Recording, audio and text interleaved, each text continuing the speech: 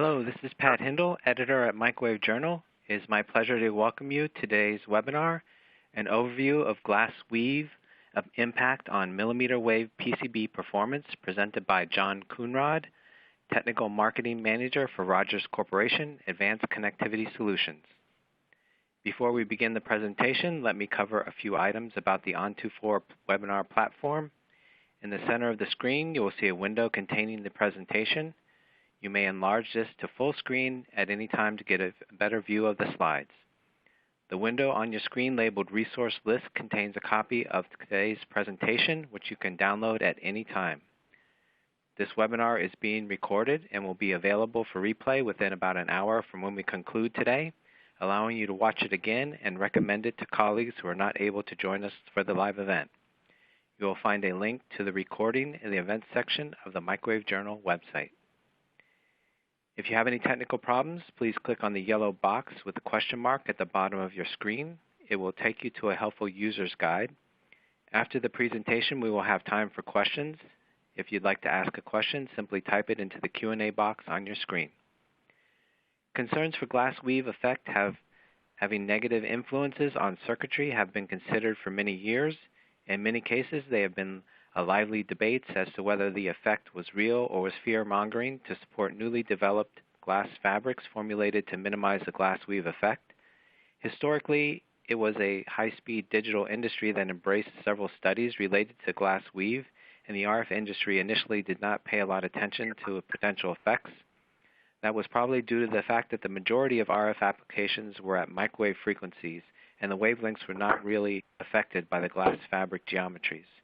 However, over the past few years, there have been a lot of RF applications at the millimeter wave frequencies where the small wavelengths could potentially be affected by the glass weave patterns. This webinar will give you a practical approach to the glass weave effect and specifically in regards to its potential impact on millimeter wave performance. At this point, I'd like to introduce today's presenter. John Coonrod is a Technical Marketing Manager at Rogers Corporation, Advanced Connectivity Solutions. John has 30 years of experience in printed circuit board industry. About half of that time was spent in the flexible printed circuit board industry regarding circuit design, applications, processing, and materials engineering.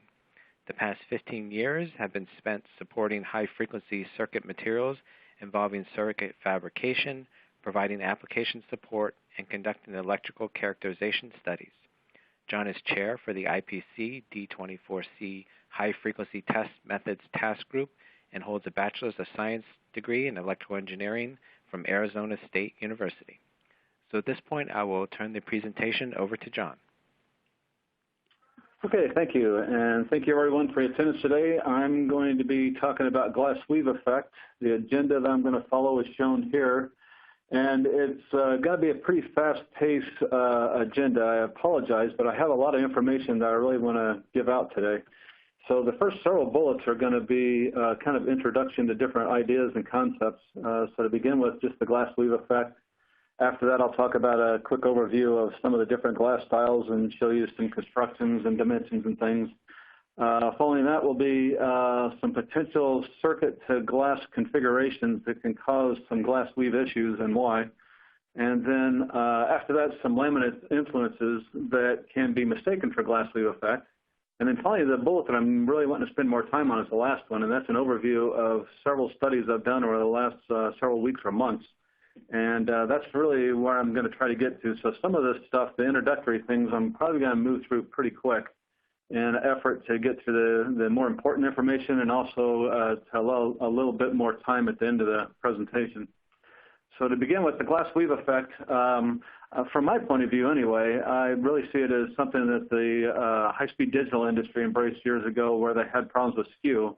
And skew is basically a timing difference when they were using a lot of strip line differential pair. And the timing difference for a wave or data arriving at one point and the parallel line arriving at a different time, that's skew, and that can cause a problem with high-speed digital. And the big reason why that would be is if you have one conductor aligned to the glass pattern, for it could have a higher dielectric constant overall for that conductor compared to an adjacent line that has an overall lower dielectric constant due to the glass pattern, that will cause a difference in the wave velocity, obviously. And usually these studies were done with FR4 where you have glass and resin. Resin's usually around about 2.8, 3.2 dielectric constant. Glass is around 6. And whenever you have the orientation just right, you can have a conductor lined up on glass bundles and glass knuckles. It's going to be a higher dielectric constant perceived by the wave on that conductor as compared to a neighboring conductor that would be, let's say, over glass bundles and open areas, which is going to be a lower dielectric constant and a faster speed. So the high-speed digital industry have done several studies on this, and I've read through a lot of the papers, and most of them are interested in time domain, which is not a surprise, obviously. And then the RF industry, I haven't found too many papers on the topic. RF industry is obviously more interested in frequency domain type of issues. And really over the years, the way I see it anyway, is the lower frequencies, microwave applications been around for many, many years, probably didn't have much problem with glass weave effect for a few reasons. One is wavelength, but the other is these circuits are usually thicker, which means the conductor is usually wider, and when the conductor is wider, it will span more of these glass patterns, you know, the open areas and the bundles. So if you have a wide conductor, it gives kind of an averaging effect, and if you have a narrow conductor, then that's when you see the glass weave effect is a little bit more obvious anyway. So in response to these glass weave issues over the years, the industry that makes the glass fabric has responded, and they've made different types of glass, one of them being spread glass, which is beneficial to the glass weave effect, actually. And in a study that I've done, actually multiple studies, I've looked at 3 different glass styles, which I'm going to give data on today. One of them is a glass style called 106, another one's 1080 and 1078. The 106 and the 1080 are considered standard glass styles or open weave, and the spread glass has some dimensions very similar to 1080, but it is a spread glass. And I'll talk about that more in more detail as we go along. But essentially, as the applications for RF are getting higher and higher frequency, thinner laminates are used as necessity. And a thinner laminate is going to be more sensitive to these glass weave issues besides the wavelength and the more narrow conductor, and all these other things kind of add up to be more problematic for millimeter wave. So here's some pictures of a 106 glass style, low magnification to the left, a little higher to the right, some dimensions of the glass bundles on the X and Y axis, and you can see that they are different. And this construction is considered unbalanced, where there's more glass on one axis than the other. The 1080 glass shown here is considered a balanced construction, and even though the dimensions are different for the bundles on the X-axis and Y-axis, there is a difference in density of the glass. So the percentage of glass on one axis compared to the other is just about the same for 1080, and that's why it's called a balanced construction. And then the spread glass that we're going to look at today is 1080, and it does have some dimensions similar to, 1078 is the spread glass. And it does have some dimensions similar to the 1080 glass, except one axis to the glass bundles or glass fibers are spread, and that allows to have this glass fabric act more like a glass plane. So you have very small openings or no openings, and I really didn't get a good picture here of an area where there's openings, but occasionally you can find openings in the glass, but it's really small, usually a mil or less from what I've seen, just randomly looking through the glass.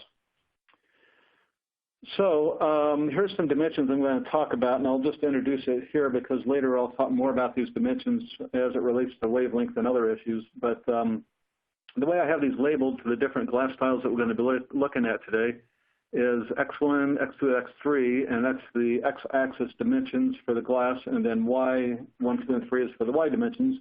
X1 is actually the thickness of the glass bundles in the X-axis, and X2 is the width of the glass bundles that you can see kind of in my picture there to the upper left of the table. And then X3 is basically the pitch. And then the same idea for the Y numbers. And again, we'll get to this in a little bit more detail later on. And then for the glass weave effect and several different things to think about, there is a periodic effect and there's also a local effect. And before we get into that, I just kind of wanted to let people get a visual concept of this. And this is the top view of the glass. And if you want, you can kind of think of this as a laminate. You're looking straight down on the laminate with the copper removed, and let's assume the resin is a clear system. And for the studies we did, we actually used PTFE, just pure PTFE and glass only. So it was a very simple laminate system. And PTFE has a dielectric constant around 2.1 or so. But anyway, for this example, we'll just assume the dielectric constant is someplace around 2.1 and the glass is around 6. Now, if you're looking straight down through this laminate in isolated areas and you come to an area that's a knuckle where you have glass bundles crossing glass bundles, you have 2 layers of glass. Basically, you're going to have a higher dielectric constant in that isolated area looking straight through the laminate. And then if you move to the right where the yellow arrows are, then that's a little bit lower decay where you just have one glass layer looking straight through the laminate. And then to the right of that again, the green arrows are showing the lowest dielectric constant, which is going to be without glass. So it's the open areas between the glass. And in that area, it's resin only, so that's going to be the lowest dielectric constant. So as you can see in a very small area, you can actually get significantly different dielectric constant values. And then just to help with the visual side of things a little bit, this is the same idea, but with some conductors put on there for relationship. And the picture on the left is showing 2 conductors. One conductor on the left is aligned to the high decay configuration of the glass, or in other words, the conductor is over the top of knuckle, bundle, knuckle, bundle, knuckle, bundle as you move down the conductor line. And then to the right of that is a conductor that's aligned to the low dielectric constant configuration of the glass, where it's aligned over the top of open areas, bundles, open area bundles, and that's going to perceive a lower dielectric constant.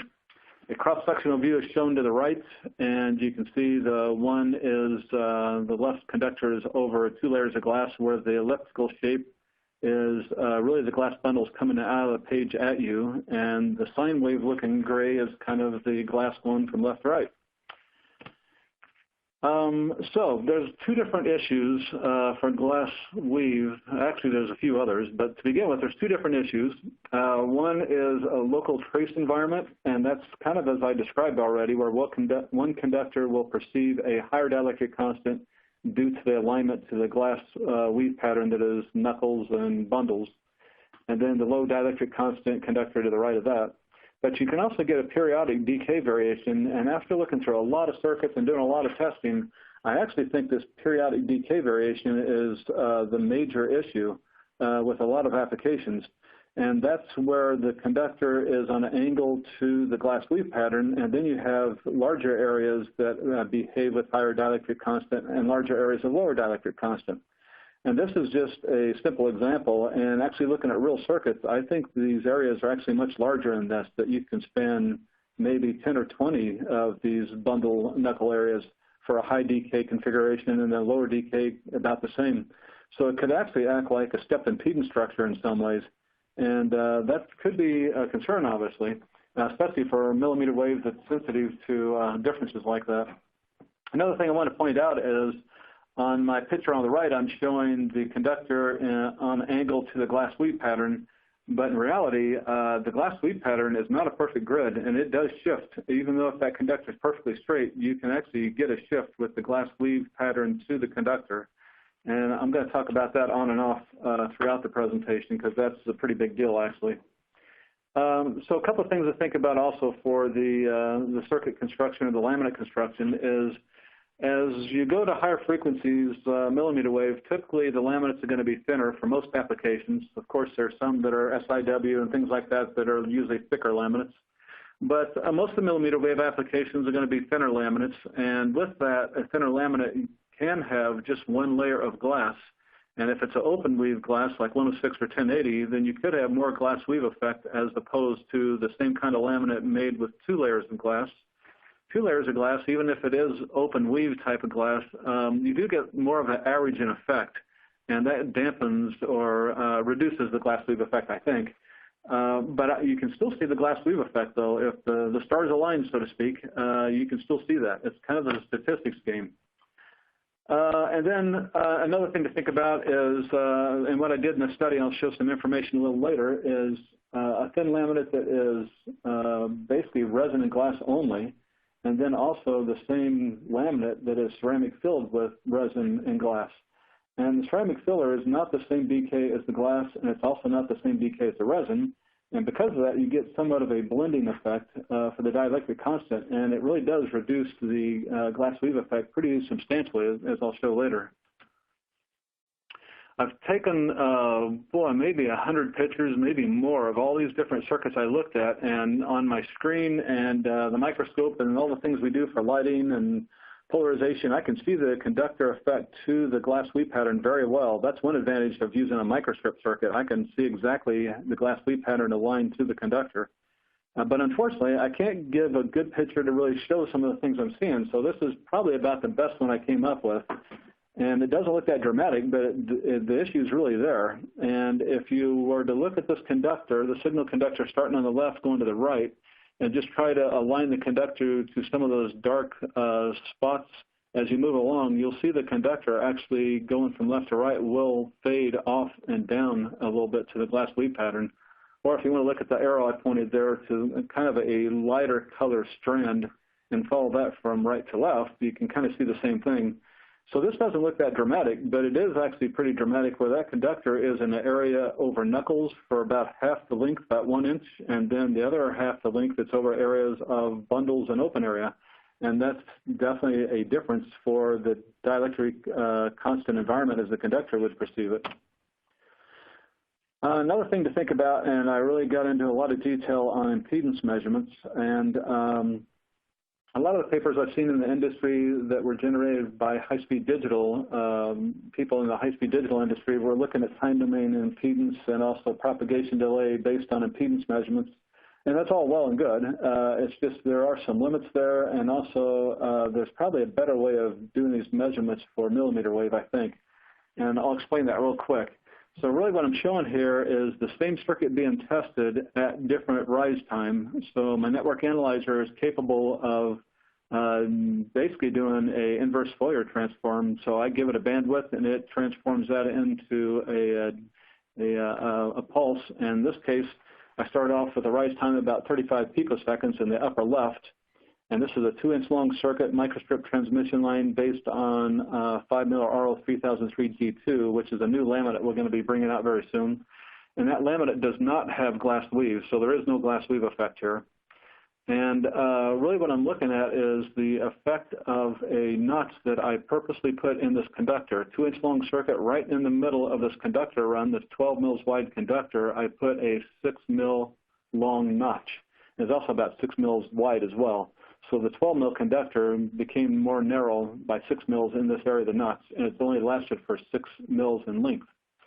So anyway, the slower rise time, upper left, you really can't see this notch. As you speed up, the red curve, middle left, a little faster, you can see a little bump there. Bottom left, faster rise time, obviously a more bump in the middle. And then the faster rise time, 5.2 picoseconds. You can see it pretty clearly. And then finally, what I've done for all this testing was, for time domain anyway, is I had the widest band I could have, just about.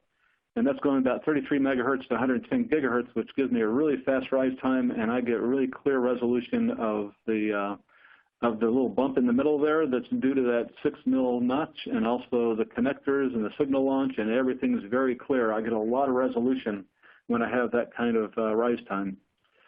And the reason I bring that up, though, is if you look at the circuit that's 2 inches long, 2,000 mils, and I have an anomaly that's 6 mils, the wider picture in the upper left, that 6 mil anomaly should just be an extremely narrow spike. 6 mils compared to 2,000 mils, that's a big difference.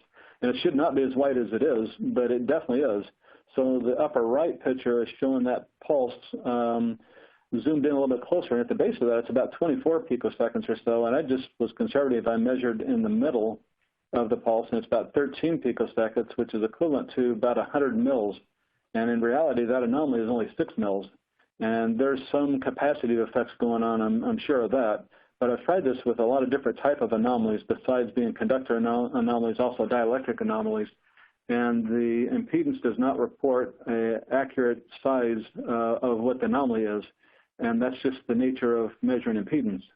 So if you're trying to measure a glass bundle that's 10 mils wide and an open area that's 10 mils wide and bundle 10 mils and all that stuff, you really won't see that. You won't see a distinct difference because the way this impedance measurement works, it actually blends these impedance differences over a larger area. And then along with that, we had a study done several years ago, and that's in the bottom left. And I've looked at that chart before, and it kind of bothered me, and I never knew why until I started getting into this study. And really what that's showing is a glass weave effect that was reported on FR4 and 1080 glass. And if you look at the scale, which is kind of hard to see, and also the size of the circuit, the length, and the dielectric constant, in this scale, we should have about 95 pitch of the 1080 glass, or 95 bundle open areas. So you really should be seeing a spike in a low area, spike in a low area about 95 times if you could actually resolve that, which you can't. But what I think is interesting here is these bumps, I think, are very real, but I think these bumps are related to the periodic decay effect, which I'll back up a second just to remind you. But the periodic effect is the glass weave effect that's over a longer distance on the right here. So you have larger areas of high decay and low decay. And I'm pretty sure that's what that chart's actually showing us. It's not trying to show us the local decay variation. It's actually trying to show the periodic decay variation, I believe. Anyway, moving on and just proving the point a little bit more, this is an output of one of the circuits that I measured, and it is a 2-inch long microstrip transmission line based on a very simple laminate that was just PTFE and woven glass only. In this case, it is a 106 glass. The conductor width is 5 mils wide, and we did that purposely because if you have a wide conductor in relation to the pattern of the glass, you're not going to be able to detect differences that much. So we made the conductor 5 mils wide, and in doing that, we get a much higher impedance, and also we have to do impedance transforms to make sure we have good RF performance, and I'll explain that in a few slides. But the point here is for a 2-inch long circuit and using 106 glass, I should have had about 100 bundle open areas across here, and I've tried to draw each one of these bundles just to give you an idea. And obviously my impedance curve, which again is very fast rise time, 3.2 picoseconds, is not picking up on those differences of the bundle and open areas.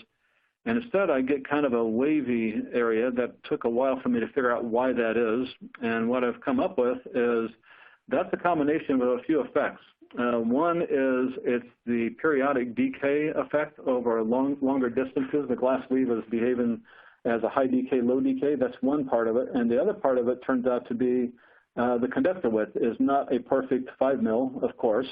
So when you ask for a 5 mil, you might get 4.9 or 5.2, whatever. But actually, if you take very careful measurements going down the length of that 2-inch long circuit, what you'll find is you will have maybe 4.8 mils at one point, 4.9 mils at another point, 4.7 at another point, 5.1 at another point.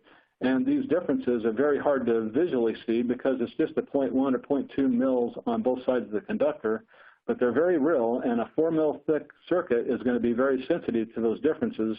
And just as an example, I've put a little comment at the bottom there that if you have a width difference of 0.3 mils, that's a difference of 1 ohm. And on some of these circuits, I've seen more than 0.3 mil difference, and that's some of the reason why that waviness is there. And also, I think the other reason is the the periodic decay effect. So besides this local and periodic decay effect associated with the glass weave effect, there's also wavelength-related issues. And I've given the dimensions again for some of the glass styles I'm looking at here. And from previous studies, I've found that once you approach 1/8 wavelength for a circuit feature that's around that size, so 1/8 wavelength or larger, then that's the point where the wave propagation properties can be disturbed and interference can happen. So with that in mind, if you look at an 1/8 wavelength on a material that is 3 dielectric constant microstrip transmission line, 60 gigahertz, it's about 15 mils for 1/8 wavelength, and 77 mils, about 77 gigahertz wavelength for 1/8 wavelength is about 12 mils. And you can see how that relates to some of these glass dimensions where that can be a real issue with these glass fabrics. So some of the issues that can be mistaken for glass weave effect is that laminates do have, of course, some dielectric constant variation. This is normal. And you do get dielectric constant variation from one spot of the laminate to another. And in some cases, that's kind of a random difference. It's usually pretty small, too, by the way.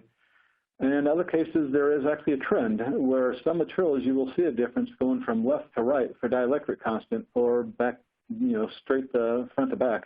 But it's, again, usually pretty small numbers, but they're there. If you're sensitive enough in your design and your testing to catch it, you can actually see that sometimes.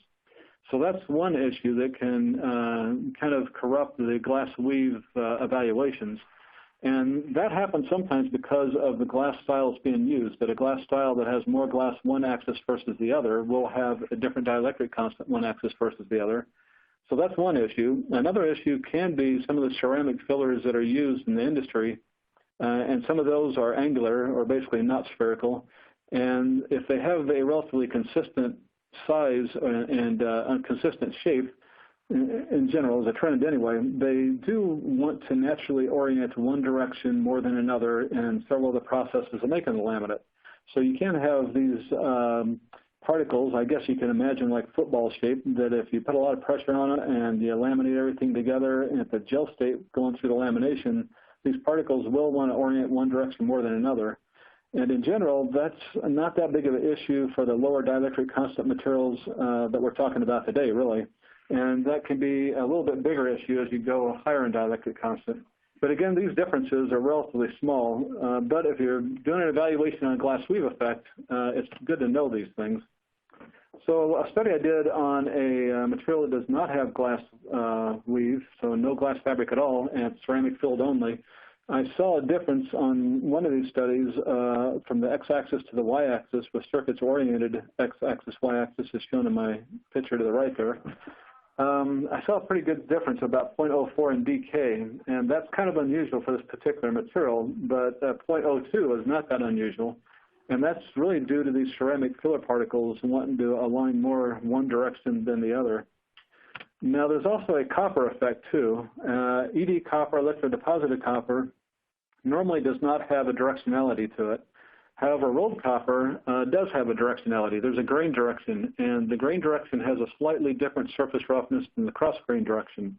Now, again, the rolled copper is so smooth that the difference that you would see, if you really look for this, is going to be pretty minor. But if you're at millimeter wave and having a very thin circuit that's sensitive to conductor effects, this may be detected. And the place I would think that this would be detected more so would be something that's a stepped impedance structure where you have a narrow conductor and a wide conductor. And the wide conductor might be able to detect these differences more, I'm guessing. So I think this is an effect, but I also think it's a pretty minor effect. So now what I want to really get to is the results of a lot of testing I've been doing. And before that, I want to talk about the test vehicle and the test methods that we were doing. And we are looking across about 40 gigahertz to 80 gigahertz for most of the data. And I did focus at 77 gigahertz on some of the data. And that's really just because a lot of applications we've been working with. And a lot of these applications are microstrip, and they are thin microstrip circuits. And that's one reason I adopted the microstrip as the transmission line, or as a test vehicle. So it's a microstrip transmission line.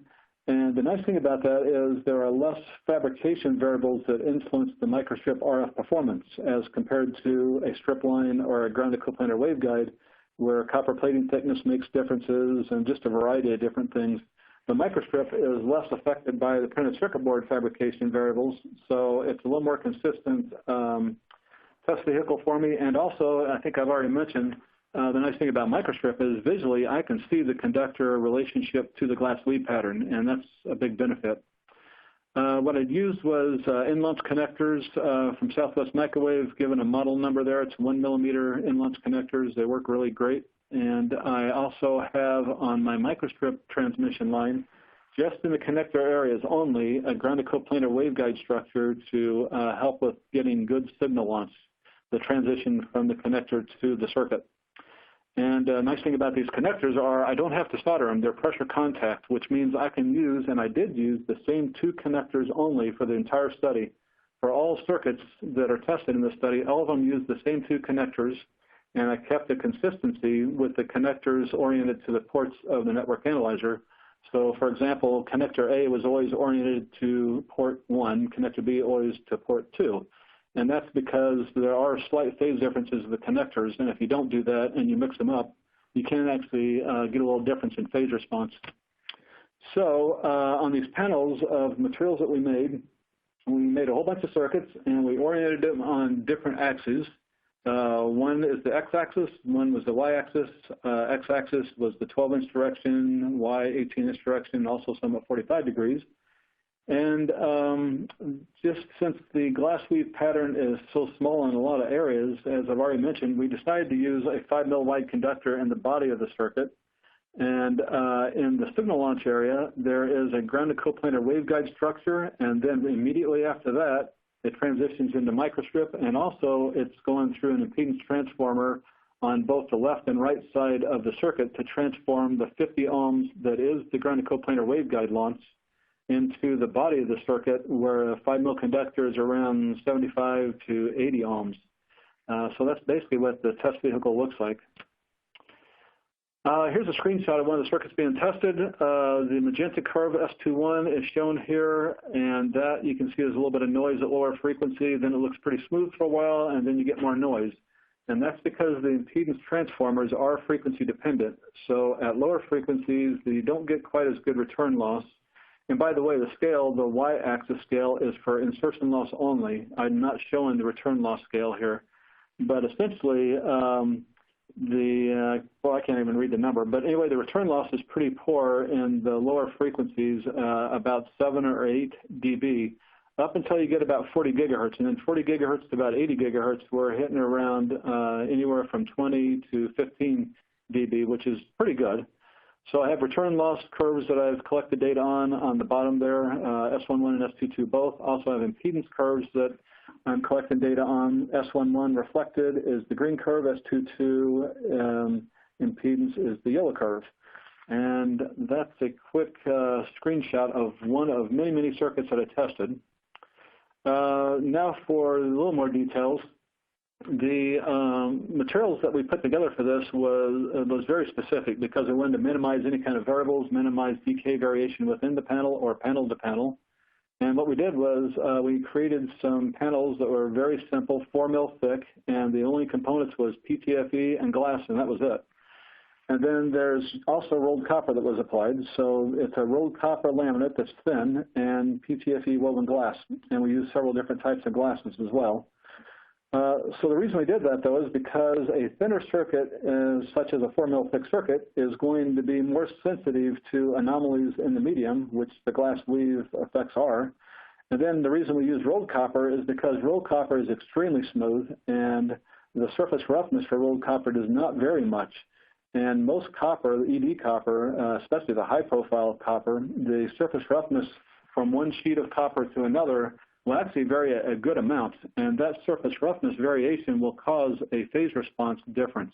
It will also, basically, a rougher copper will slow the wave more, and a smoother copper will allow the wave to progress a little faster. So copper roughness does affect the propagation delay and the phase response, and I've given a reference there, and it's actually at the end of the presentation today in the appendix. So anyway, we use rolled copper to minimize the copper effects and the differences from one circuit to another or panel to panel. And the bottom line was we used a combination of PTFE and woven glass to keep the laminate formulation very simple and pretty consistent for little decay variation, and also very smooth copper and a thin circuit that would be sensitive to these differences.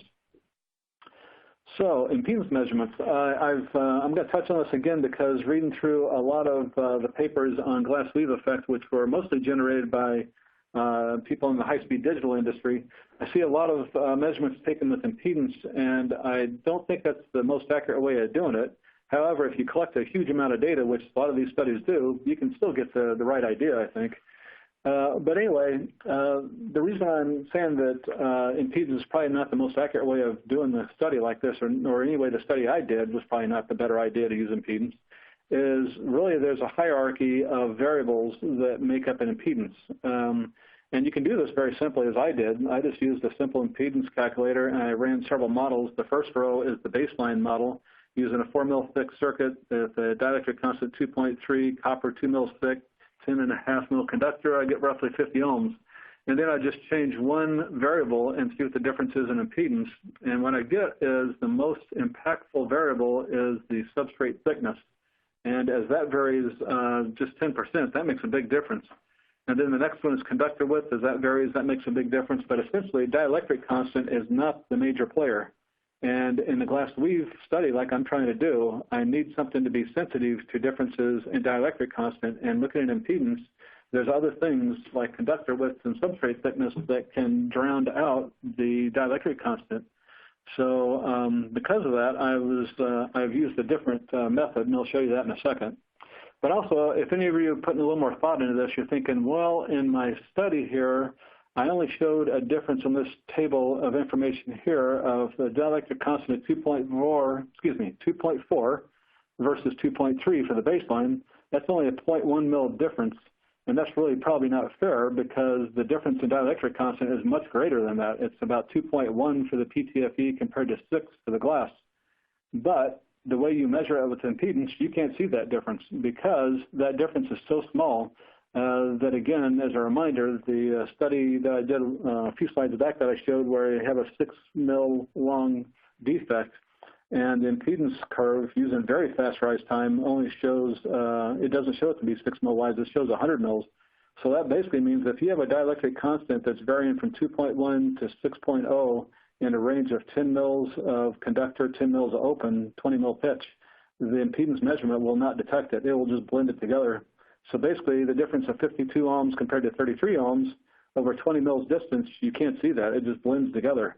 And so that's one issue why I didn't want to use impedance measurements for this type of study.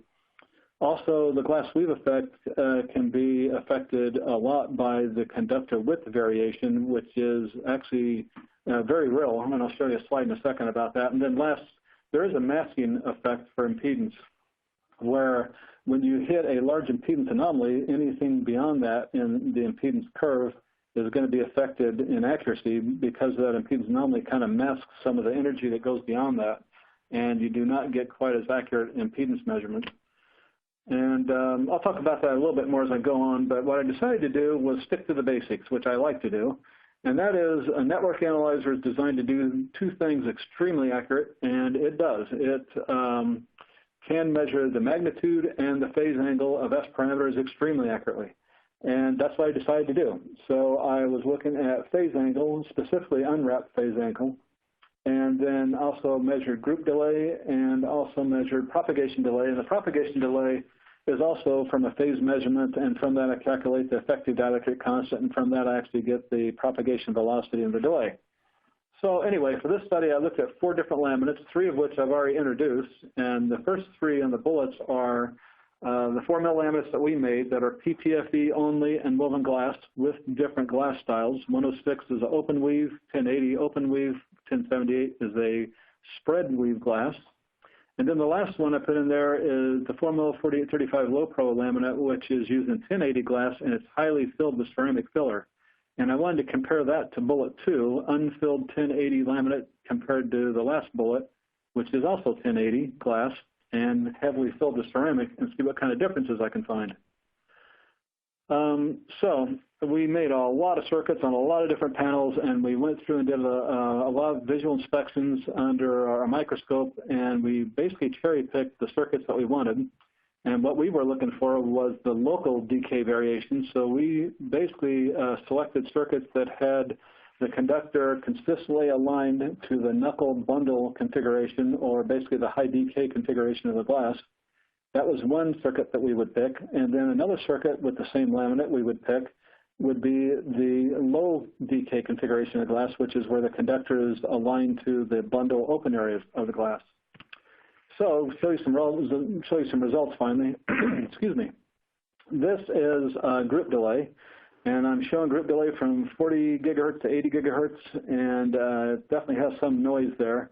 And I've spent some time trying to get more accurate measurements with group delay, and there really is a lot to do that, aperture and several things. So in general, I feel pretty good about the measurements, even though they are kind of noisy. So I would just say to look at this more as a trend. And the trend is correct, where the blue curve is showing the performance of the circuits on, this is 106 glass, by the way, which is a very open weave glass. So the blue curve is showing circuits that are aligned to the knuckle bundle configuration, which is the higher dielectric constant configuration of the glass, which is showing more group delay because it is slower. Higher decay means slower wave. And then the orange curve is the bundle glass configuration, And that is going to be a lower dielectric constant configuration of the glass where you have bundles and open, and that is a lower dielectric constant, which means a faster wave velocity and also a lower group delay. And also the dimensions for this glass are all shown up here to the right for your reference. Again, I see group delay as kind of an approximate measurement, and it is interesting to show these trends that are very real. Now, another measurement I took, and these are the exact same circuits, by the way, it's just looking at it differently, and I've taken the phase angle measurements, and then converted that into effective dielectric constant, and then from there get the propagation delay. And again, the trends are what I would expect, where the blue curve is showing the knuckle bundle configuration or the high dielectric constant configuration for the glass. And that is a higher propagation delay, more delay, slower wave. So slower wave, higher dielectric constant, so that all makes sense. And then the orange curve is the bundle open configuration, lower dielectric constant configuration of the glass, and lower decay, of course, faster wave velocity and lower propagation delay. So that also makes sense. Now, the most accurate measurement, I think, is the Unwrap phase angle. So this is raw data right off the network analyzer of phase angle only. And in this case, I'm looking at around 77 gigahertz more specifically. And at 77 gigahertz, I see a phase angle difference of about 100 degrees. And that relates to dielectric constant of about 0.09 for difference in dielectric constant between the bundle open area and the knuckle bundle. Now, another thing to think about here, too, is for the unwrapped phase angle that's a negative value here, a more negative value means higher dielectric constant, and that's why the blue curve, the knuckle bundle, is a higher dielectric constant, slower wave, but also it's got a more negative value. So this test method shows a difference between the conductor on the knuckle bundle region of the glass compared to the conductor on the bundle open region of the glass to have a difference about 0.09 for dielectric constant. When I back up and I look at the effective dielectric constant measurements, I see a difference about 0.15 for dielectric constant extracted from that information. And then backing up again to the group delay, there I see a difference about 0.11. So in general, these different ways of measuring the group delay of these conductors on two different configurations of the glass get roughly the same number. However, if you do that with impedance, you do not get the same number. It's dramatically different, and there's good reasons for that. So here is a difference of the impedance for the conductor that's knuckle bundle, high decay, and then that is the blue curve, and then the orange curve is the bundle open, and that's the lower decay. So all the trends for this graph are correct, actually. And that is the lower decay, the orange curve, should have a higher impedance, which it does. Also, the lower decay, the orange curve, has a faster speed, faster wave velocity. It should react faster. And how you can see that is around the x-axis value of about 90 to 95. There's a little bump there, almost 100. And that little bump is where the pin of the in-launch connector touches the pad, and then you get immediately a capacitive dip from that transition. And then you can see the curves both jump up to around 75 to 78 ohms. But you also notice that the orange curve actually responds faster because it is a faster phase velocity. And also you notice the orange curve is a little shorter in electrical length. If you go to the far right side, that the orange curve actually ends a little before the blue curve. And I know physically these two circuits are 2 inches, and I really mean 2 inches because it's defined by artwork features. So it's 2 inches within 0.1 mil, I'll bet. So physically, these are the same circuits, but you do see a slight difference in propagation because of one circuit being slightly faster than the other, and one circuit with the lower decay will be a faster wave velocity than the circuit with the higher dielectric constant.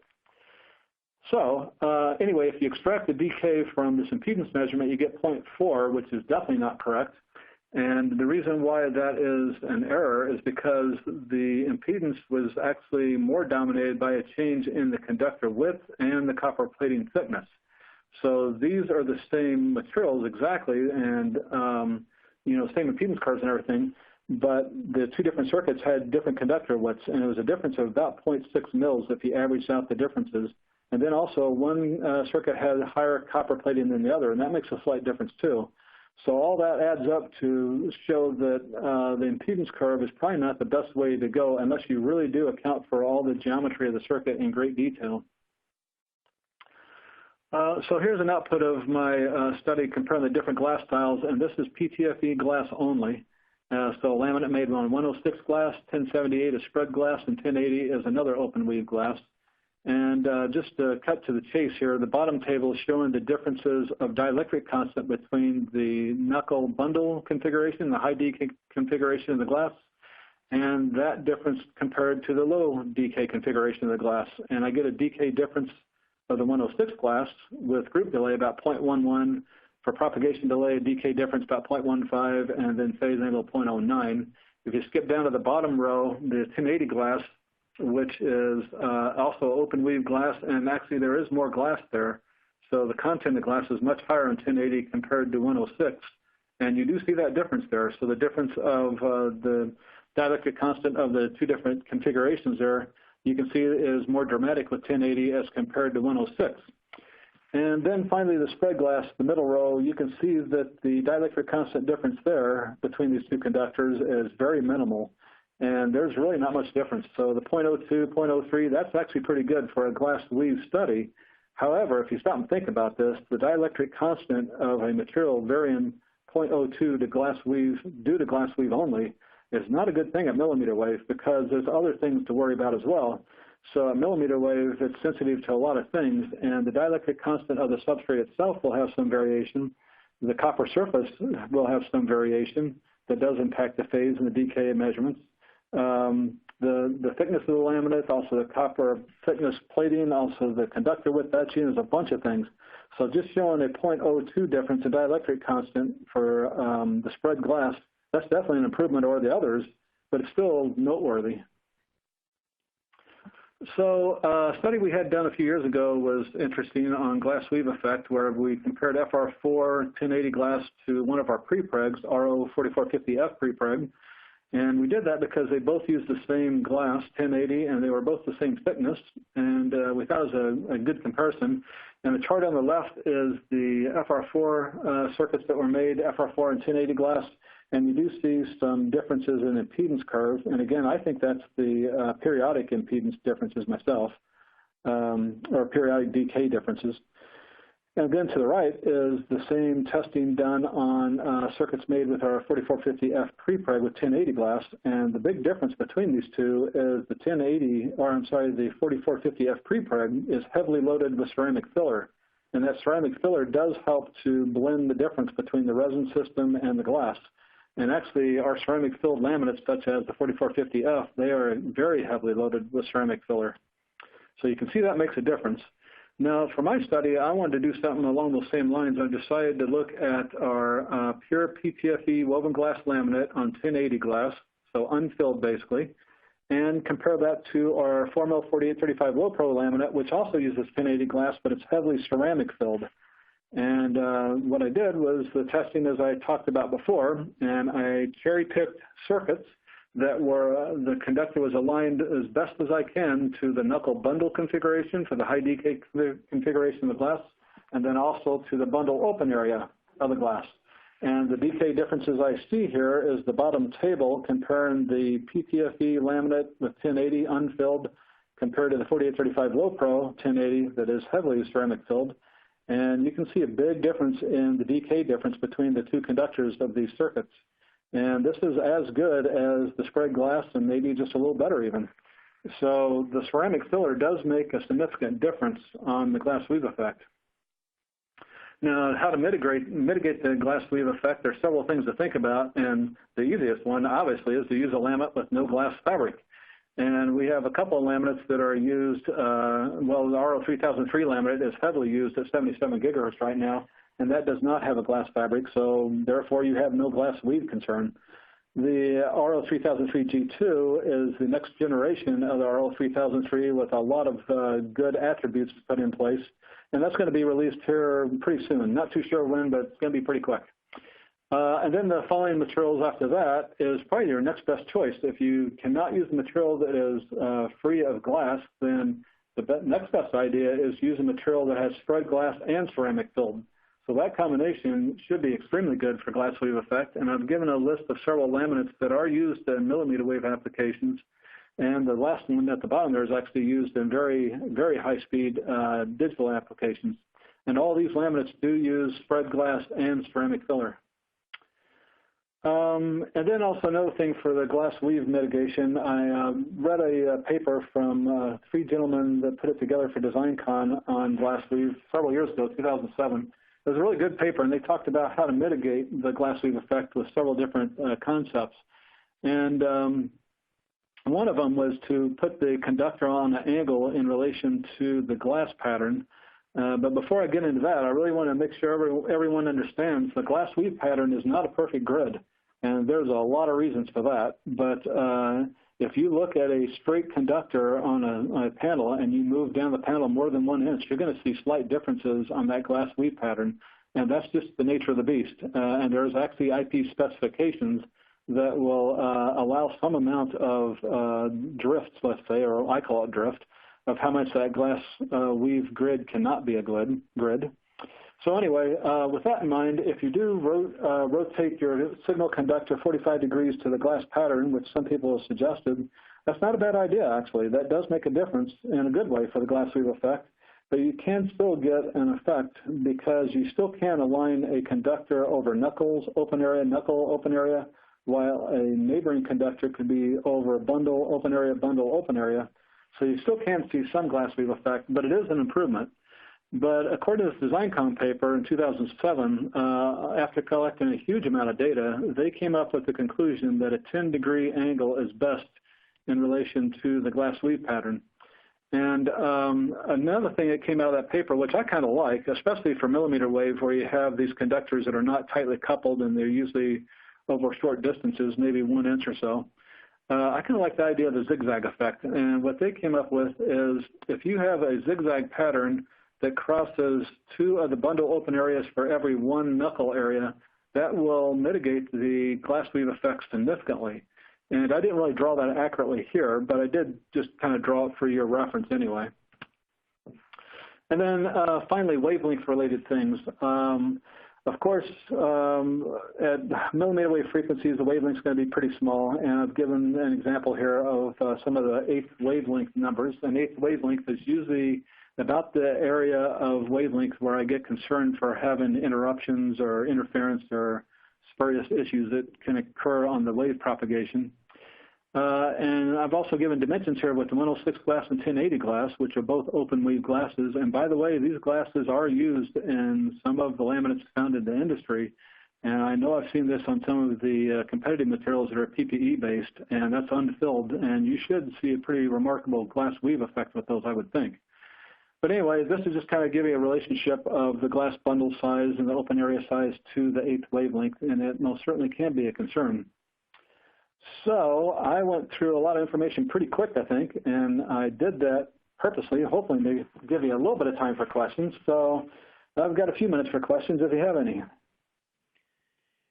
Great presentation, John. Yeah, we have a couple questions, so I'll get this Q&A session kicked off. If you have a question, please enter it into the Q&A box, and we'll get to as many of them as we can. So first question, are there any fabrication or reliability issues associated with the spread glass due to lack of resin penetration? Yeah, that's a good question, actually. And in making laminates, that's one thing we're really sensitive about. But it is possible to have void areas between the glass and the resin, and that's, in my mind, as the laminate manufacturer, that's taboo. And the reason why is because as you drill through that, you will drill through areas of glass and resin and then hit an air pocket, and that's not good for later things, that you may entrap some chemistry in there, and then later as you go through soldering, that chemistry will volatilize and expand and basically blow apart and cause delamination. So that's more on the side of making the laminate. Once the laminate's made in the circuit fabrication process, usually that's not too much of an issue. Very aggressive drilling can disturb the glass, the bond between the glass and the resin system, and that can be an issue too. So yeah, drilling is something that should be looked at pretty closely. But for circuit fabrication, that's usually less of an issue. It's more making the laminate, and that's something that we've done for decades and understand very well. Great. Next question. Using the 1 millimeter end launch connectors, was there any wear off of the connectors? Actually, that's a good question too. Since it's a pressure contact, it just, and I actually purposely do this where I gently, as I put the contact of the pin to the circuit, I usually try to make that a very gentle contact, and it's not really a tight fit. And the reason why is because these materials sometimes are soft that I'm working with, and if I put a lot of pressure on it, I can actually press the pin down into the pad and bend the pin up some, and then the pin's not going to be happy. It being bent back and forth, it's going to break. But in general, that's a gold pin. As long as you treat it right, there's very little wear and tear on these connectors. Just because it's not an abrasion type of thing. It's just a simple straight down contact to the surface. So I normally don't have much problem with the connectors. Okay, next question. What are the expected benefits for the RO3003 G2? Oh boy, that's a good one. We did a lot of different things. So we've had the RO3003 legacy material on the market for a long time now, and we've had a lot of automotive sensor designers, manufacturers build a whole bunch of circuits on that material. And from that, we've gone through a pretty good learning curve, and we found the 3003 is actually really good materials for millimeter wave as it's intended. But there are a few things that we wanted to fine tune, and one of them was particle size of the ceramic filler and particle shape. So we've actually optimized that so the particle size is much smaller, and that helps for fabrication issues such as laser microvias, which is pretty common with a lot of the 77 gigahertz automotive radar sensors. Also, the copper that we used on there is a very smooth ED copper and extremely smooth. So it's not quite as smooth as rolled copper, but it's definitely smoother than the copper used on our legacy RO3003 materials, and that causes for much lower insertion loss and also more consistent phase response. So there's multiple things that we did really to address a lot of different things that we learned going through the experience of using the 3003 with the automotive sensors at 77 gigahertz. Great. Next question. Do you have plans to expand your study using the spread weave such as 1027, 1035, or 1067? Yeah, actually, I was hoping to do a lot more than that before this webinar. I just couldn't get to it all. But I do want to look at other spread weaves because I don't know if one spread weave behaves the same as another. Also, I want to look at something I think is pretty good, and that is the difference of spread weave unfilled laminate compared to spread weave filled laminate. So I think the best case scenario is probably a spread weave with ceramic filler is probably going to be the winner, I think. But yeah, I do have more plans to do more studies on this topic. And some of it is also related to wavelength type of issues that I've touched on here, but I really don't have good data to show that yet. So I'm probably going to do some studies related to that as well. Next question, is RO3003 used in a homogeneous structure or hybrid build? For a lot of, well, every one of them I can think of, for the 77 gigahertz automotive radar sensors I've seen, they're always hybrid. It's always copper layer 1, copper layer 2 is based on RO3003, and then below that are usually high TG FR4 materials that are, you know, good for fabrication, good for thermal robustness and things like that. And the RO3003 is compatible with this, and that's actually what's been made for the last several years in pretty high volumes. So hybrid is no problem with 3003, and that's actually what's used a lot for these automotive sensors. Okay, great. And could you share, is there a link you have here at the end for Support Hub and any other information regarding this subject? Oh, yeah, sure. If you go on our website, and it's rogerscorp.com and rogerscorporation.com, and go to ACS page, what you'll find is a link to the Technology Support Hub. And from there, you can log in. You have to create your own password and everything, and that'll get you there. So the website's actually rogerscorp.com/techhub. Great. Next question, are there any concerns of the filled laminate on dimensional stability, et cetera? I'm thinking about that. Say that one more time, would you please?